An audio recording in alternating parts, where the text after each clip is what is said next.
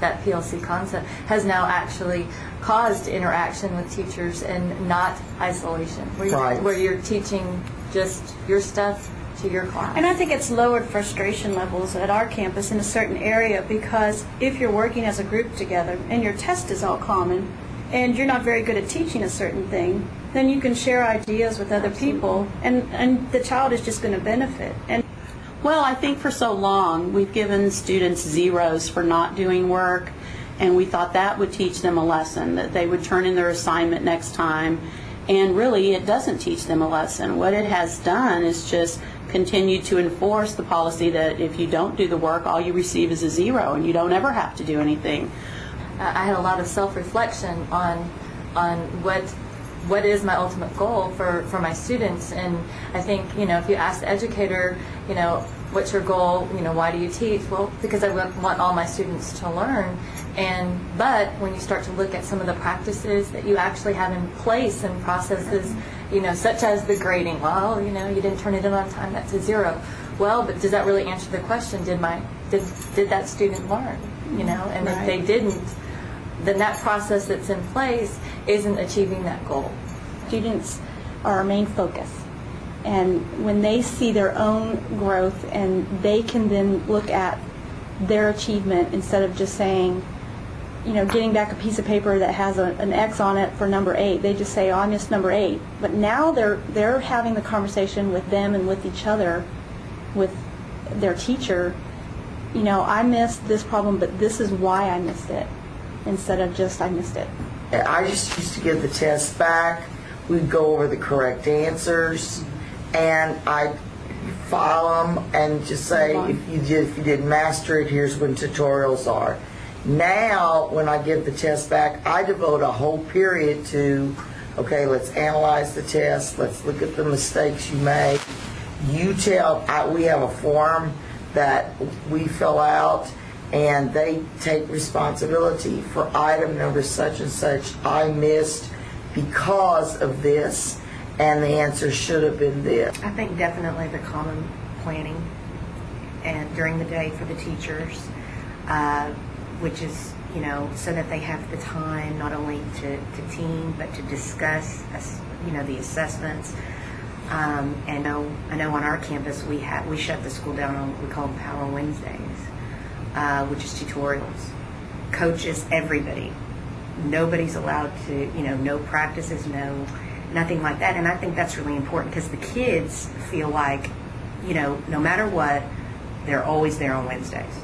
I think that a common planning period is a non-negotiable part of the PLC, and it needs to be during the school day. And one thing our administrators have done, I think, Amber, you said it was happening at your campus also, is that all the English teachers have a common planning period. We're all off sixth period, and our principals have kind of made it mandatory that they don't have any other things going on that day, like we won't have fire drills, or we won't have any ARDs or other meetings that take place on that day.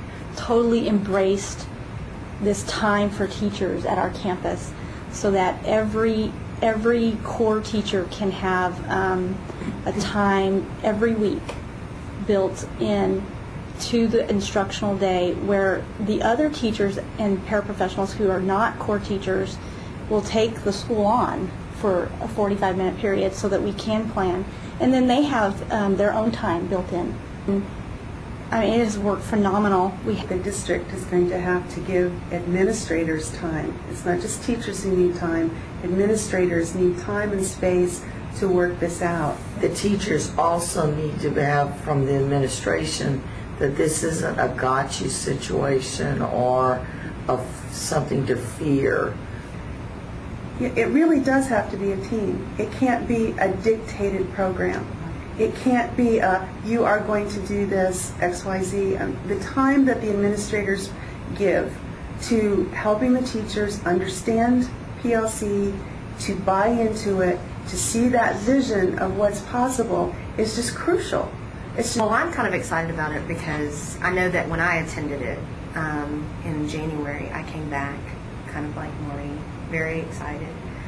Just great presenters, and just so, passionate about this idea. And so I'm kind of excited, hopefully, that everybody else is going to get to see exactly what I see. Because they're passionate about the right things. Yeah. They're passionate about the things that matter to us and why we got into education in the first place. And they really put the priorities straight on what's important, why we do what we do, and what purpose it's supposed to serve. And so it's not like, it's not another bandwagon. It's practical, and you can see it working. So I just hope everybody in the district can see the same thing that we saw.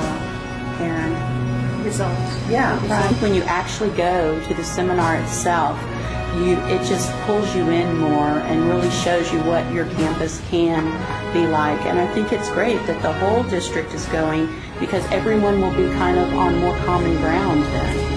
I was excited. I was pumped. I was ready to jump right in and do everything differently. I wanted to get back to school, and I wanted a new master schedule. I wanted everything revamped. I wanted the parent meetings. I wanted everything to change right then and there. But knowing that the whole district now will be seeing this, that every teacher will be hopefully getting this same presentation that just really builds you up and gives you a wonderful excitement about doing everything in a different way and a better way. I think it will make it easier to make those little changes and even the big changes, because now everybody sees the importance of those changes.